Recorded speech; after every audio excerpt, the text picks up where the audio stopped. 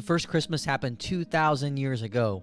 But 2,000 years before that, there was a prophecy of Christmas given to Abraham.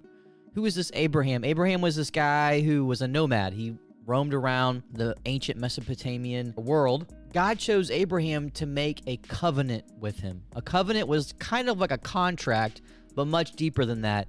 It was a deal, but it meant that they were going to bind themselves into one family. God says, I will bind myself to you, Abraham, and we will be in a family contract forever. God takes Abraham and says, look at the stars. Count them. That's what your descendants are going to be like. Why did God choose Abraham? Here's 3 reasons. Number 1, they couldn't have kids. Why would God choose someone that couldn't have kids when his contract is that they're going to have countless numbers of kids? God likes to choose impossible odds to make his plans known to the world so that we don't begin calculating why something happened and coming up with human reasons, but we know that it was divine. Secondly, Abraham wasn't anybody. God could have chosen a great dynasty to build up his dynasty, but instead, he chose a nomad, a guy who's just wandering around the desert. And he said, look, Abraham, you're no longer going to be a nomad. I'm going to take you to a land of Canaan, and you are going to settle there.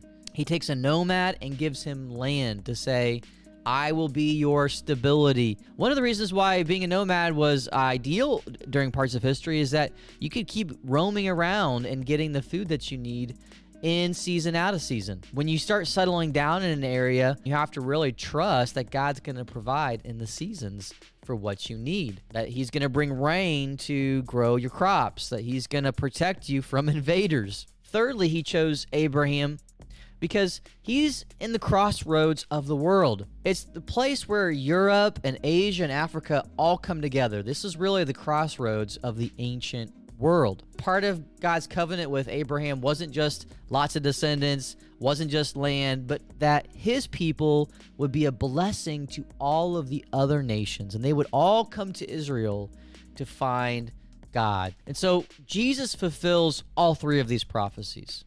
Why? Because he's the one that makes Abraham's line permanent. Secondly, Christ fulfills this prophecy and these promises because he comes to that specific land.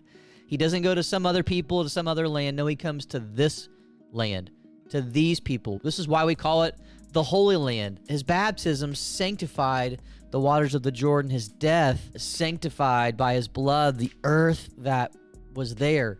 His resurrection sanctified the tomb. And so the Holy Land is a very special place. But as amazing as the Holy Land is, the whole world is meant to be the Holy Land. Christ comes to be a light to the Gentiles, and this fulfills the covenant and promises to Abraham. This is the first moment in Israel's history where the good thing they've got going for them finally bursts forth and goes to all nations. This is why Thomas goes to India, Peter goes to Rome, Mark goes to Egypt. You find the disciples scattering across the whole ancient world, bringing the light to the Gentiles, to the non-Jewish nations. And this is the first time it happens. It quickly takes off all around the world.